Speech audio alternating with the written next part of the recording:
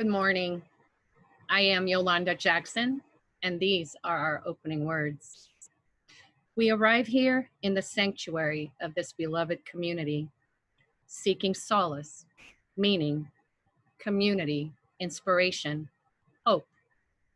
Some of us arrive here seeking goddess or God, others seeking something holier to replace the gods of capitalism, racism, sexism, and oppression we were taught never to question. We arrive here specifically, not generally. Each of us is a particular person with a particular background. Each of us has experiences that have shaped us and given us particular perspectives.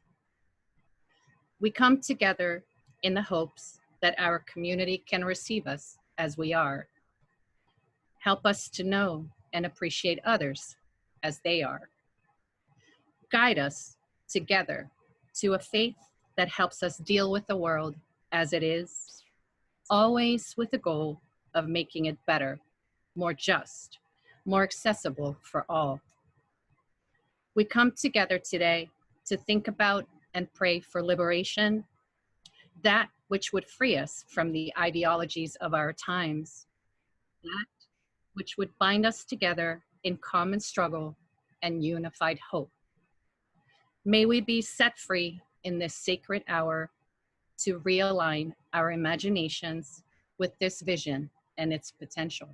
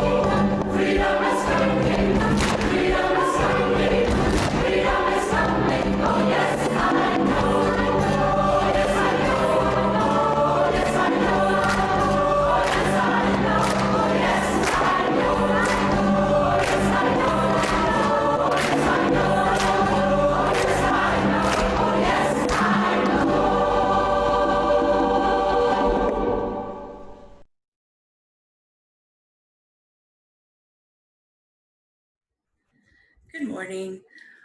My name is Karma, and I am honored to serve as the minister of the Unitarian Universalists of Central Delaware. We want to welcome you and all of who you are to this worship service. Our experience of this day and of this sacred time together is better because you are here. In gratitude for the technology that allows us to gather virtually, we affirm and celebrate again that we remain a connected, vibrant spiritual community even when we cannot gather together in our home sanctuary at Congregation Beth Shalom. Our community transcends physical space because it is based in authentic relationship with other people that cannot be confined to a building. Please be patient with us when we make mistakes or encounter unanticipated dilemmas or delays with technology. We appreciate so much your grace and understanding. Your microphones have been muted, as they will remain for the majority of our time together, just to cut back on background noises. When there's time for community sharing, we'll invite you to unmute yourself using the mute-unmute toggle button in the bottom left-hand corner of your Zoom screen. And we'd like to invite all of you to stay after we've concluded this worship for a virtual coffee hour, when you can all use voice and video to spend some time in conversation. You can find out more about what's happening in the life of UUCD on our closed Facebook group page, in our weekly Saturday e-update, in our monthly newsletter, and on our website. Today, I want to highlight one announcement. We are looking for a few folks willing to help out with our caring committee. This is a group of people who intentionally reach out and support other members of our church community who may be in need. If you're willing to do that, or even consider it, would like to invite you to contact Gloria Gross or myself after today's service. We're looking for people of any age or ability who may be willing to send a card, make a phone call, cook some food, provide a ride or assistance, or other specific needs that occasionally arise. It's a great way to put some flesh to the love you have for the people of UUCD, and also to implement intentional acts of compassion in your own life practice. If you'd like to find out more, please speak with Gloria. Now let's all take a deep breath in our own environments, and let me welcome you again to this time of worship. Whoever you are, whomever you love, wherever you've been, whatever you've done, whatever your religious beliefs are or aren't, and wherever you physically are on the planet right now, you are welcome in this spiritual community. However you move in this world, how much or how little is in your bank account or your wallet, and however you are feeling in this moment, you and all of who you are welcome in this spiritual community. We are enhanced by being together.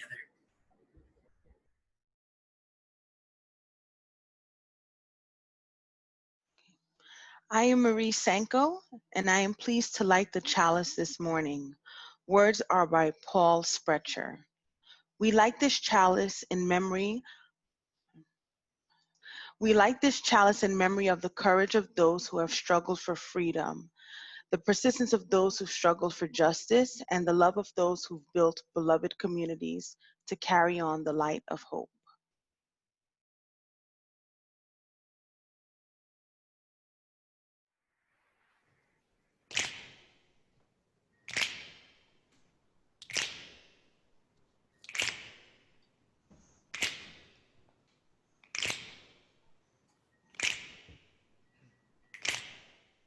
We shall be known by the company we keep, by the ones who circle around to tend these vibes. We shall be known by the ones who sow and reap the seeds of change alive from deep within the earth. It is time now. It is time now that we cry. It is time we lead ourselves into the well. It is time now, and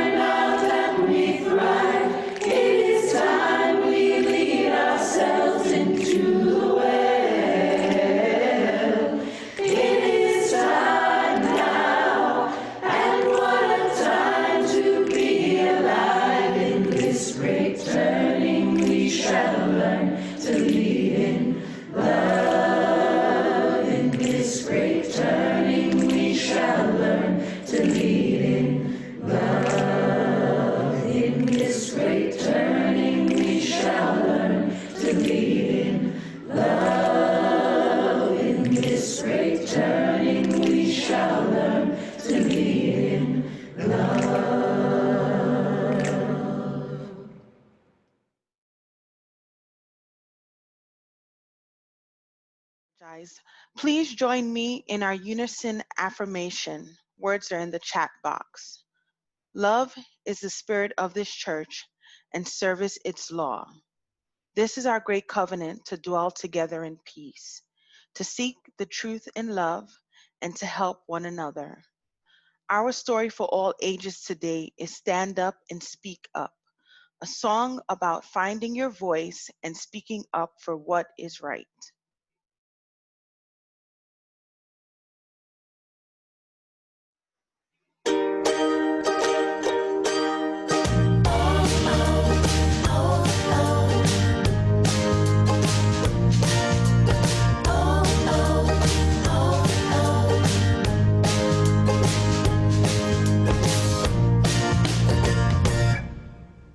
What does your heart want to say?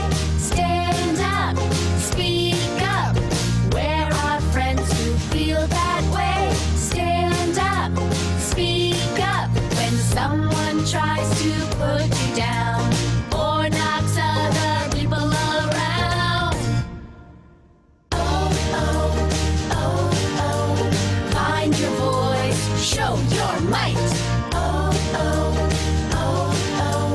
Speak up now, shine a light. Oh, oh, oh, oh. Find your voice, show your might. Oh, oh, oh, oh. Be a hero, stand for what is right. Is someone being treated wrong? Stand up, speak up. Are you gonna go along? Stand up, speak up. When someone tries to put you down or knocks other people around. Oh, oh, oh, oh. Find your voice, show your might.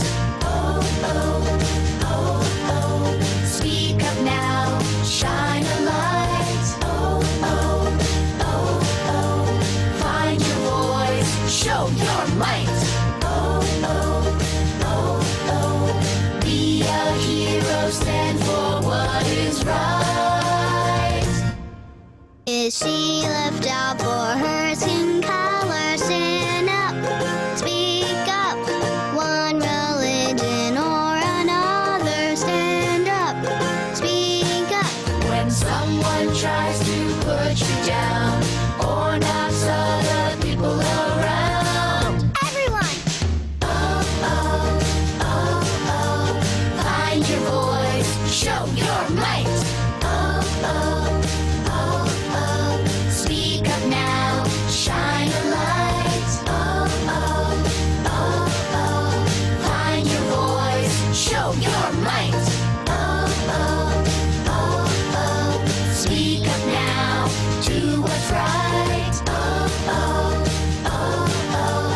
Every time, everywhere. Oh, oh, oh, oh. Raise your voice, it's not fair. Oh, oh, oh, oh. Every time, everywhere. Oh, oh, oh, oh. Be a hero, show the world you care. Show the world we care.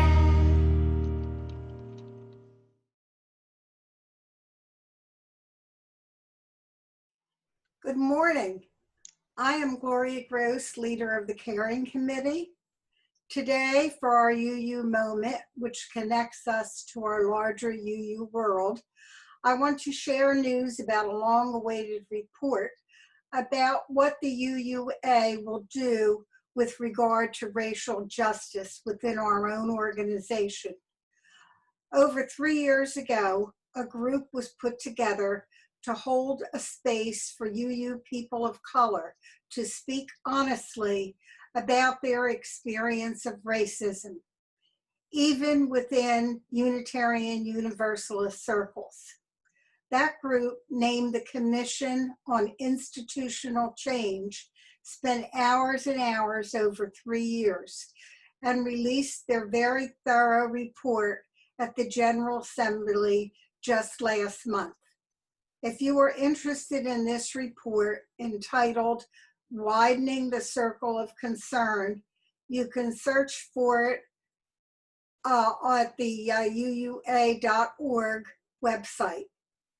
This document, the product of so many people and hundreds of hours, documents the experiences of people with color in Unitarian Universalism and recommends how we can together move forward towards racial justice and justice for other marginalized voices.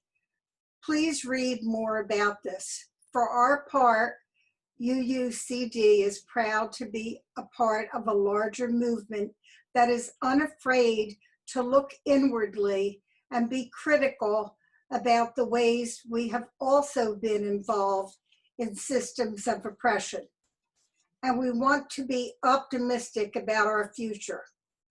We are committed as a denomination and as a congregation here at UUCD to learning, adapting, and acting to make ourselves and the world more equitable and just.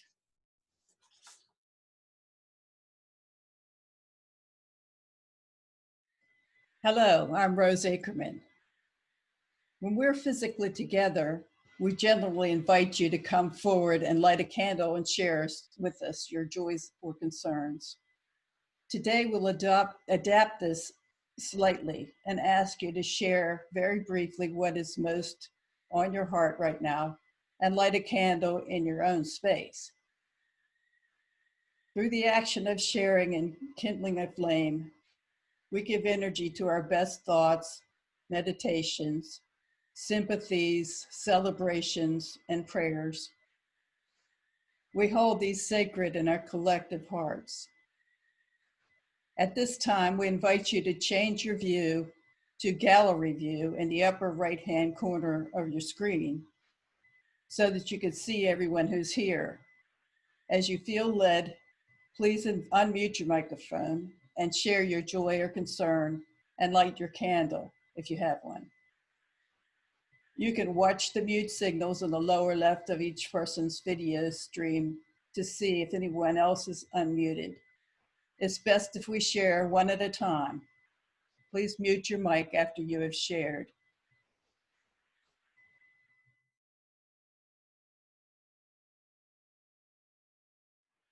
We light one final candle for the joys and concerns that were not spoken by those of us here, and in solidarity with others in our community who could not be with us today.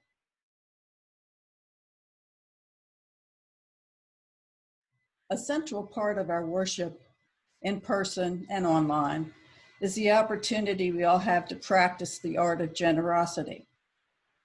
Our gifts to UUCD are what allows this congregation to thrive with a common vision to nurture our spirits, build our community, and change the world. We are grateful to you for the many ways you support our community, including your financial pledges and offerings.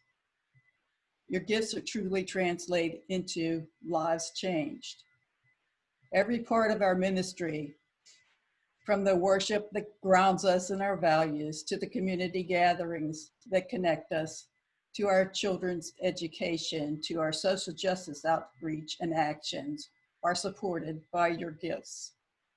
Right now, our congregation is in a time of creative growth as we move toward the official start of our new year in September. Individuals are imagining new ways to live our mission, and this is exciting. Your giving affirms and supports this creative movement. We know it will impact our lives in the future. Thank you so much. For those who are making pledges or who want to contribute to this community, you may continue to write checks and mail them to us, or you can give online. There are instructions to do both of these things on our website at uucd.org. Just click on Support UUCD on the menu bar. You can do that now during this offering song, Ella's song performed by Sweet Honey on the Rock. or any time that's convenient.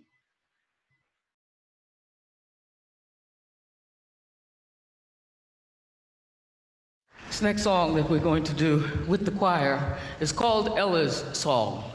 It's named for Ella Baker.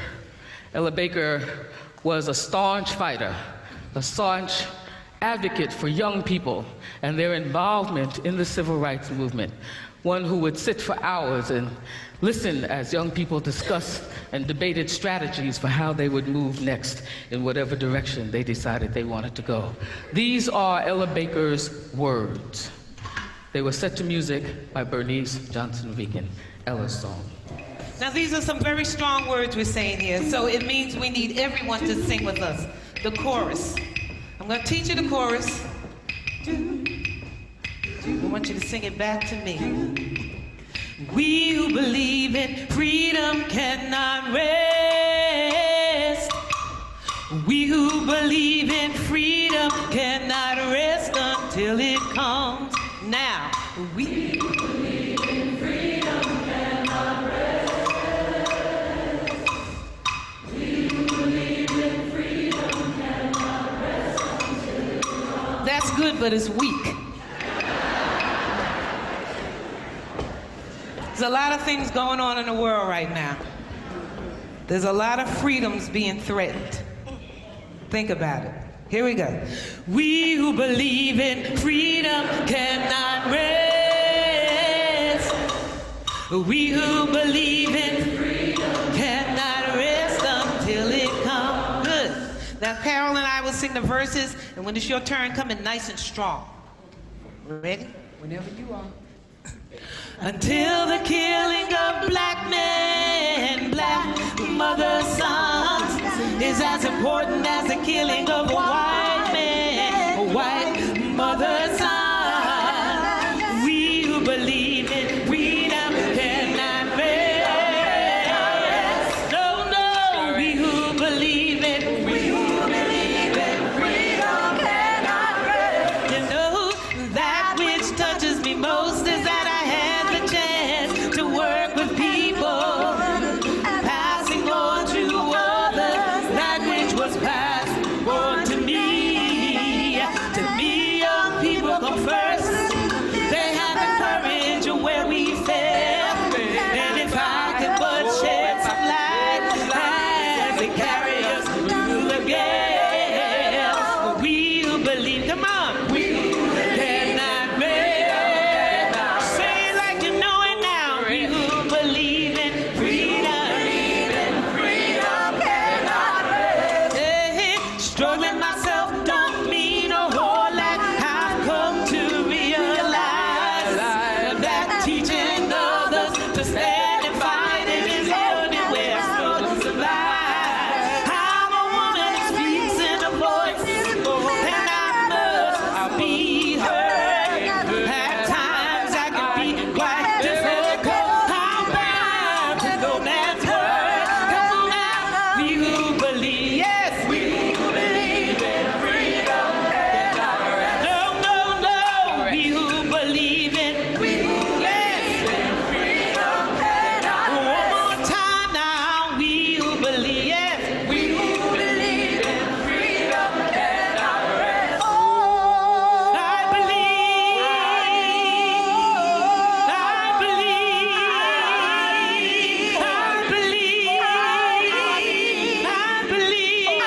believe, we who believe in freedom.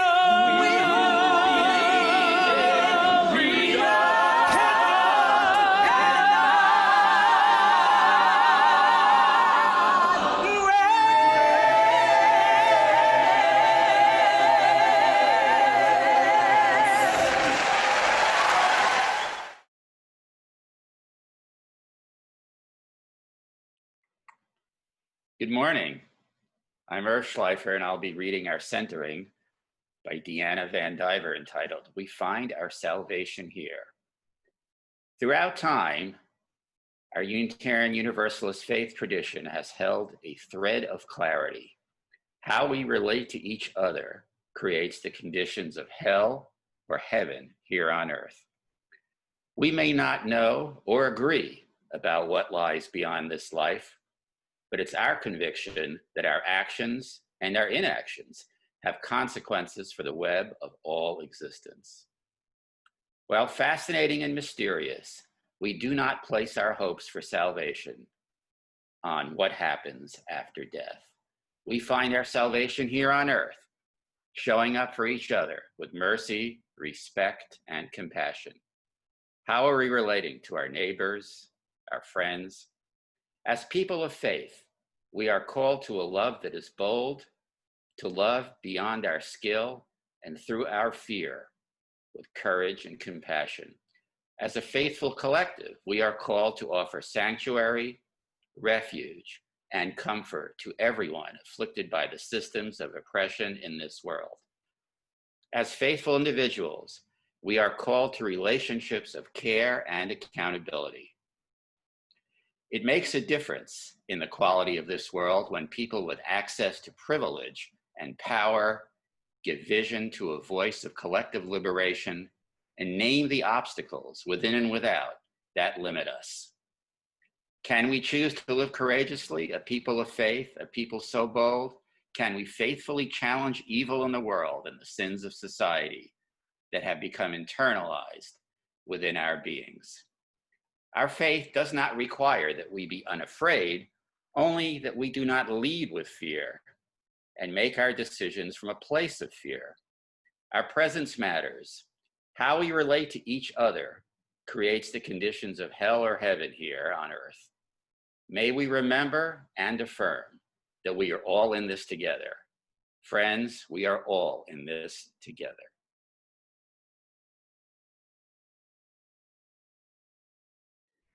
Our reading this morning comes from a poem by Alicia Ostreicher, who is a Jewish feminist poet, professor, critic, and activist, and it's called Every Woman Her Own Theology.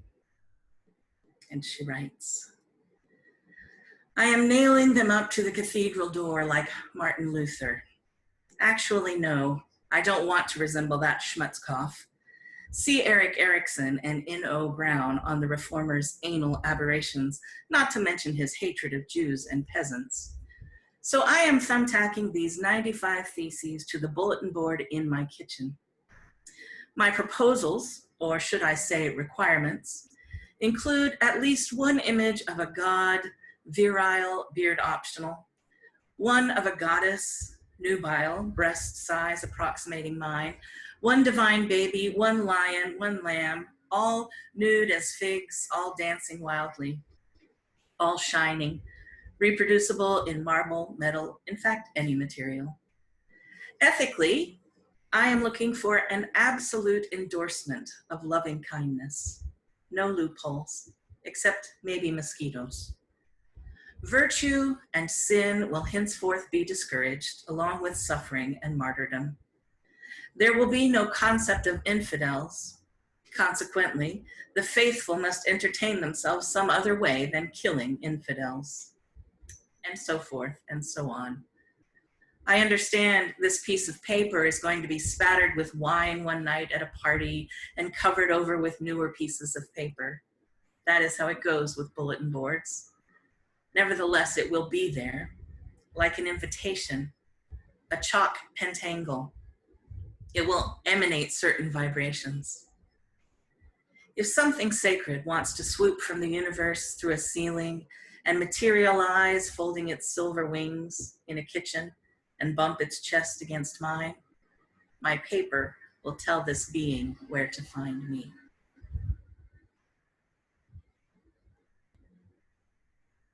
I apologize to those of you who are hearing a lawnmower in the background as I offer this reflection. My neighbor is mowing his lawn. So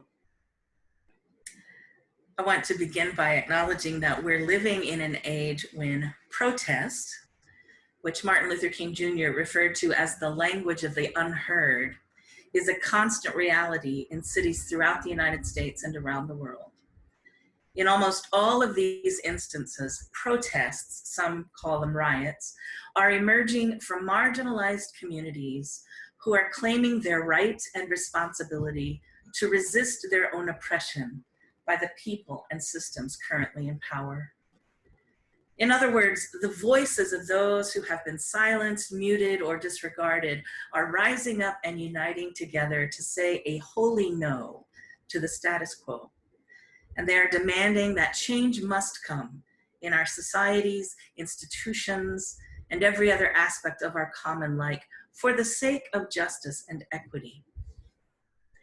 Given this reality, it seemed like a good time to me to reflect on the long and rich history of liberation theologies in religious traditions, and what we might want to remember and claim as legacies of those movements for ourselves. And so that's what I want to talk about today. Formally, liberation theology emerged from a very specific context, as of course all theologies do, but more about that later. Specifically, liberation theology was born in the 1950s and 60s in the context of Latin America and from the perspective of the poor. The term liberation theology was first coined by Peruvian Roman Catholic priest Gustavo Gutierrez. And Gutierrez was, along with a number of other church leaders, keenly aware every day of how much the poor were suffering and how significant the growing gap was between the rich and the poor, the powerful and the powerless. He was extraordinarily critical, especially of the ways in which the church had become so aligned with the interests of the wealthy and the power of the state. He worked alongside others to strongly challenge this and sought to call the church back to its roots as a movement of and for the marginalized in the pursuit of justice. At the heart of liberation theology was a desire to flip the dominant paradigm of religion being used to reinforce the power of the powerful and the wealth of the wealthy, to it instead being used as a movement of the poor and oppressed for liberation from systems of injustice. It's meant to turn things upside down, spiritually speaking. One of the core principles of liberation theology is the idea that what we know about all we consider good and holy cannot come from the top down, not from wealthy white people in power disguised as objective revelation, but rather what we know of truth and goodness must emerge from the lived experience of people at the bottom of society. Because truth is always subjective, and any religion that does not take the reality of the poor as its starting point is false religion. That's the claim of liberation theology, which in its essence is a spiritual and social justice movement intended to liberate oppressed people and empower them to claim their own agency for making change in church and society. So any theology that is only or primarily about high-minded or abstract ideas, that's not also held accountable to the experience of people suffering, they claim is ultimately meaningless. I want to share an example of what Latin American liberation theology looks like. And to do that, I want to read you a poem by Julia Esquives. She takes a standard prayer that every Latin American Catholic and others would have recited daily. Excuse me, my cat is running amok here. Anyway, she took the standard prayer that all Catholics and others in Latin America, even those that weren't Christian, would know and would often recite daily, the Lord's Prayer, and transforms it into something relevant to the poorest people in her own country of Guatemala. It is a highly contextualized poem and approach to spirituality. The term she uses in the poem, campesinos, refers to peasants or tenant farmers, more accurately, those who live and work in the countryside. Most campesinos survive on small plots of land which provide subsistence food for their own families. So this poem was written in 1979 and it's called The Lord's Prayer from Guatemala. It's lengthy, but it's a substantive work of art that demonstrates rather than describes what lies at the heart of liberation theology. So this is The Lord's Prayer from Guatemala by Julia Esquives.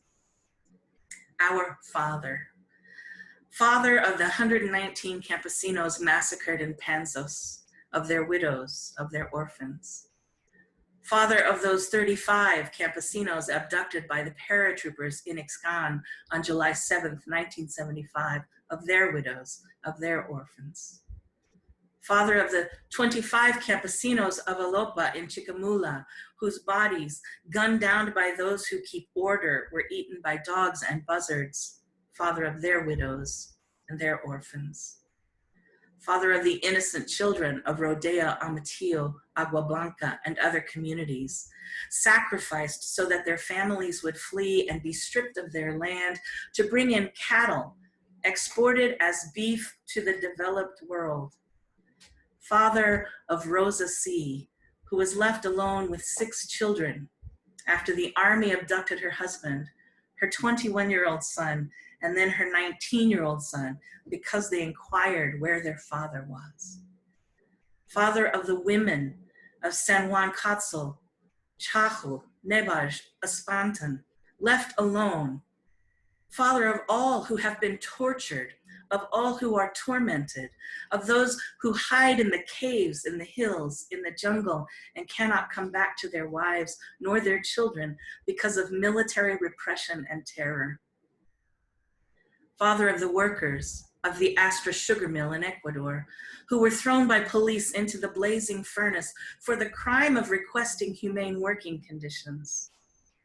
Father of the disappeared, of those jailed and exiled in Uruguay, in Chile, in El Salvador, in Bolivia, in Paraguay. Our Father, who is among the millions of hungry people of the third nations of the world. Our Father who lives in all who seek justice because they love their brothers and serve you, serving and struggling with those who have no roof or food or clothes or medicine.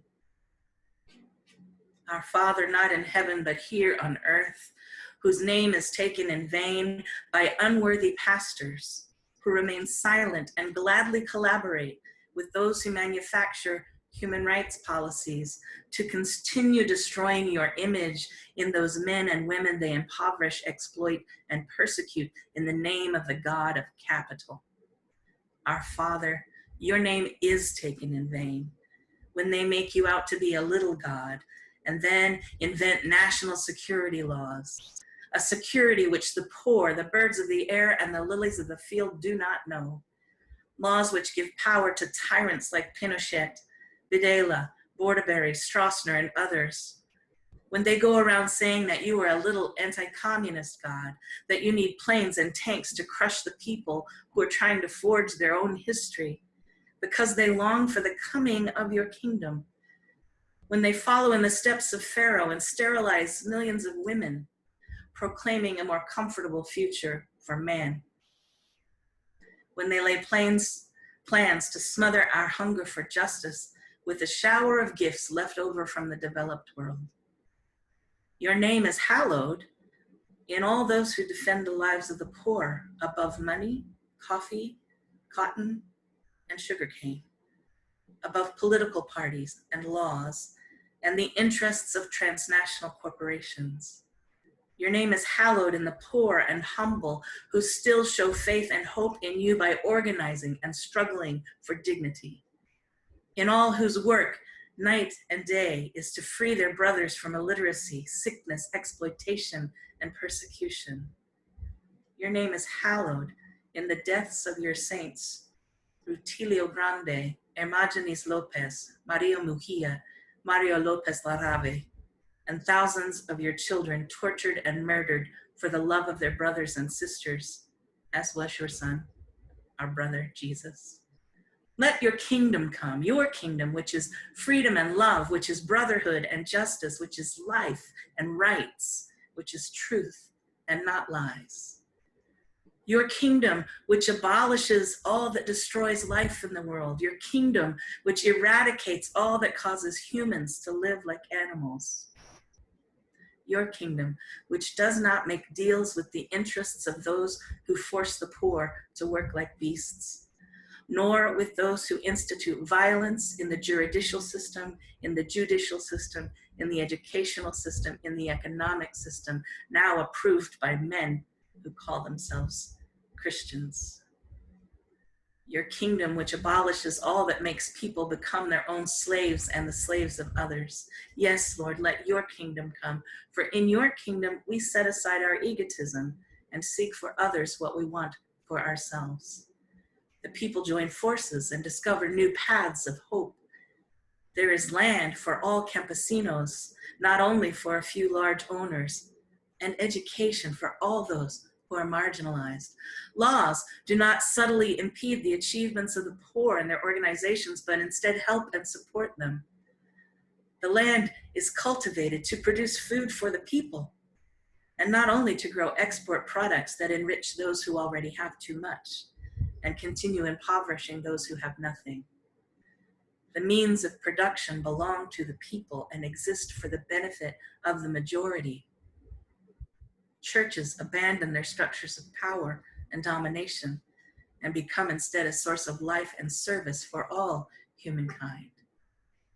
Let your will be done, and not the will of those who want your position, who usurp your place in order to dominate, exploit, destroy, massacre, and accumulate capital by enslaving entire nations, and not the will of those who create trilateral economic systems at the expense of life, air, water, and the vital resources of the third world. Let your will be done, Lord, which means breaking the yokes that oppress humanity. Your will, which is a proclamation of the good news to the poor, of comfort for those who grieve, of freedom for prisoners and strength for the tortured, liberation and life for those who suffer violence. Give us this day our daily bread, the bread of true freedom of the press, the bread of the freedom to associate and organize, the bread of living at home and walking the streets without being abducted, the bread of not having to search for a hiding place, the bread of going out without seeing pelotones modelo, or the bread of equality, the bread of happiness. Let not the bread of human dignity be snatched from us by the coyotes among whom we walk as sheep to the slaughter. Let the bread of your word and the bread of education come into our huts of cane and straw, into our cardboard houses and in our food baskets when we travel.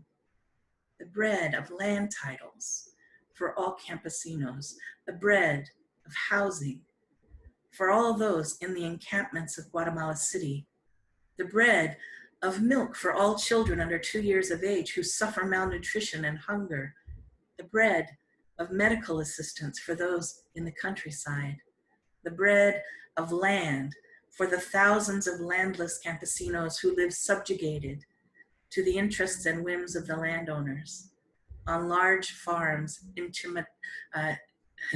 Chimaltenango, in the high plains, on the coast, and now also in the northern transversal strip, invaded by transnational corporations and generals. And forgive us, Lord, for not knowing how to share the bread which you have given us, as we forgive those who have taken from us your bread, which is ours. Forgive us for separating ourselves from our brothers and sisters. Forgive us for our lack of faith and courage, which prevents us from surrendering ourselves as living hosts to do your will, which is to take what is yours and share it with everyone right now. Forgive us when out of fear we remain silent and do not say what you want us to say. Forgive and destroy our tiny kingdoms and our useless struggles which delay and obstruct our victorious march toward the new dawn. And lead us not into temptation to fit into the patterns of this world and lose the visual clarity you wish for us in our isolation. Do not lead us into the temptation to think that nothing can be done now, or to seek our separate development. Do not let us fall into the temptation of thinking we can serve both you and money, of searching for models and importing prefabricated solutions for our liberation, but deliver us from the evil one who lurks in Toyotas, waiting to end our bodily existence, or behind the telescopic sights identifying us when we demonstrate in the streets. the evil one who is embodied in the spies, penetrating our communities and our churches so that the secret anti-communist army or the death squadron can pronounce our sentence. Deliver us from the evil one who works in the nocturnal darkness to destroy the children of light and leave families forsaken, as has happened so many times in the Quiche, in Chicamula or Ixcan. Deliver us from evil, civilian or in uniform, and deliver us from the evil enclosed in a diplomatic pouch. And Lord, deliver us from evil which from our very depths tempts us to live our life by keeping to ourselves when you are inviting us to give it for our friends. Yours is the kingdom belonging to no usurper. Yours is the power belonging to no structure or organization. And yours is the glory forever and ever. Amen. Now, I know the prayer upon which this is based may be foreign to some of you or even offensive. It is to me also some days. My point in reading this is to show what happens when people invested in the plight of the poor, courageous people willing to lay their lives on the line to protest the status quo and demand change. What happens when they take back their own religious texts, their own theologies and traditions from those who have power, and radically alter them so that they serve the cause of liberation for the people. This liberation theology refuses to accept that religious truths or sources of authority come down objectively from places of privilege, and it reminds us that all theology is subjective and contextual, and that anything that does not start with and take seriously the perspective and interests of marginalized people is false religion. Now, that was just the beginning of liberation theology, but those Latin American roots are so important to remember. Following on the heels of that and embodying the same principles, other liberation theologies have emerged in numerous traditions. These include Black liberation theologies, rooted in the struggle for liberation of Black people who have been enslaved, literally in the past and currently by the legacy of white supremacy that has shaped every system and institution we have. It includes feminist theologies with their deep criticisms of the patriarchy inherent in most every mainline religious tradition, which continues to spiritually and physically belittle and harm women and strip them of power and dignity in the name of religion. It includes womanist theologies, arising from the particular experience of Black women that is not taken seriously or fully included in either Black liberation theologies, which fail to adequately address patriarchy, or feminist theologies that fail to adequately address issues of race and racism. It includes post-colonial theologies, which center the experiences of colonized people and nations, and offer a needed criticism of religious traditions that have been dominated by an urge to conquer, convert, and oppress indigenous people and eradicate indigenous faith expressions. It includes gay and lesbian liberation theologies, which critique the heteronormativity of most religious traditions and rediscover inclusive strains within those very traditions that affirm many sexual orientations and expressions. It includes queer theologies, which go even further to create a radically subversive approach to spirituality that liberates all people from anti-body and sex-phobic strains of thought that have polluted most religious traditions. It includes indigenous liberation theologies and disability liberation theologies, and the list goes on and on. What all of these have in common is the primary claim that any theology or religion that does not give what's called a preferential option to the marginalized and powerless is not worth much. And any religious tradition that does not seek the transformation of our societies here on earth, politically, socially, economically, judicially, etc., is in fact irrelevant. Now, Unitarian Universalism incorporates many of the central principles of liberation theologies. For example, we claim as a primary source of authority our own lived experience, our ability to connect with the mystery beyond our knowing. And our principles centralize the goal of working for justice in human relations and in transforming our broader societies. We should be proud of our UU history and heritage about this. And we should never stop reminding ourselves that this lies at the heart of what it means to be people of faith. So at this point, you might be asking, what is the point of all of this? And the point I want to make by highlighting these important theological legacies is that we may benefit, especially right now, from reminding ourselves and reclaiming the values of honoring our own experience as a primary place from which to do theology or to talk about the things that matter the most and are the most sacred to us.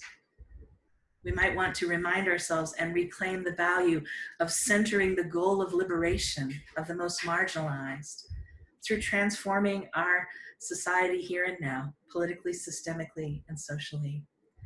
And we may want to remind ourselves and reclaim the value of not throwing the baby of our spiritual power out with the bathwater of tepid and toxic religious traditions that have historically functioned to protect the powerful at the expense of most of the world.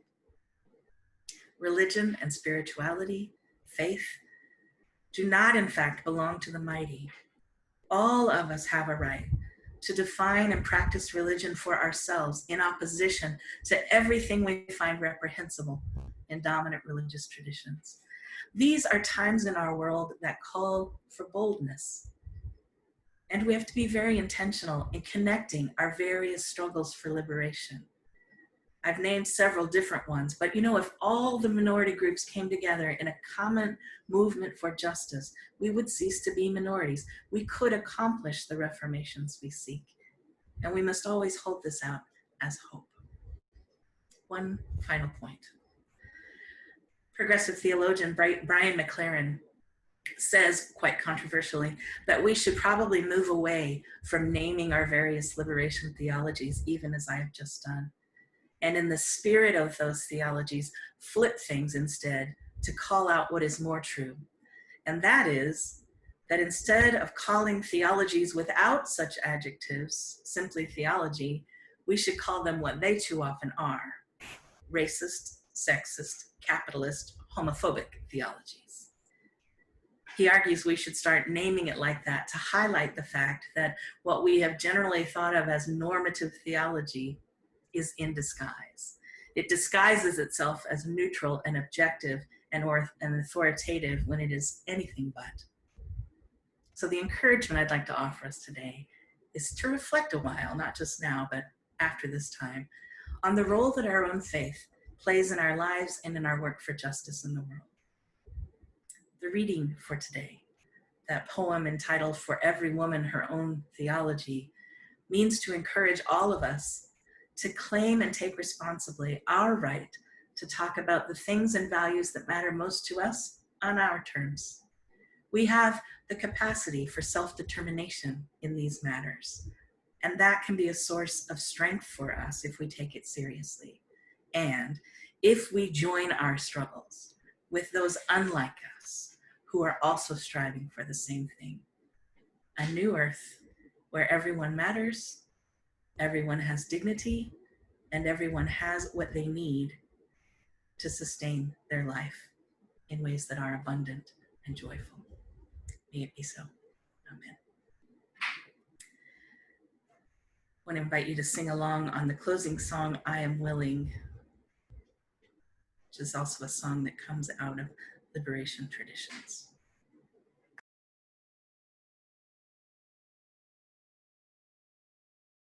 I am open and I am willing, for to be a hopeless would seem so strange.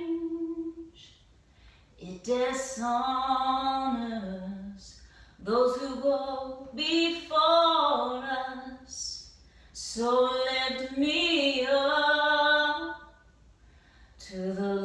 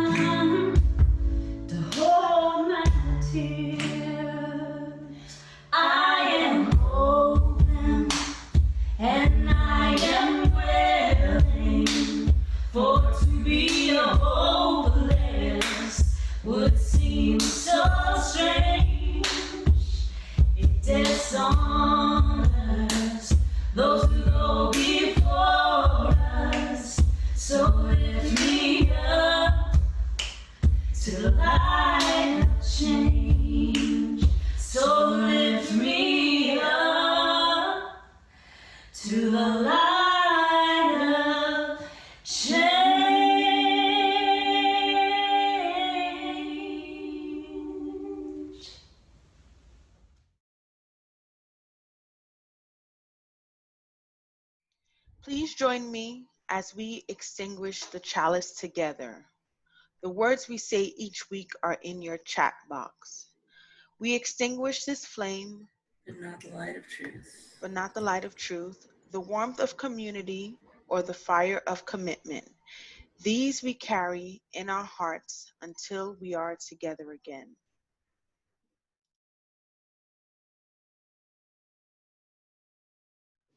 Remembering our spiritual, courageous ancestors who forsook oppression with security to gain freedom with opportunity, may we go forth to master ourselves by accepting duty with responsibility, by showing balance in our judgments, and by having breadth of vision in our deliberations. May we be exemplars of that spirit, moving forward with conviction and commitment, with unity and without uniformity, in authentic relationship with one another and people around the world to serve the truths that set all of us free. Our virtual worship has ended, but our connection to one another and the earth endures. Go from this place to be a blessing for others. Amen.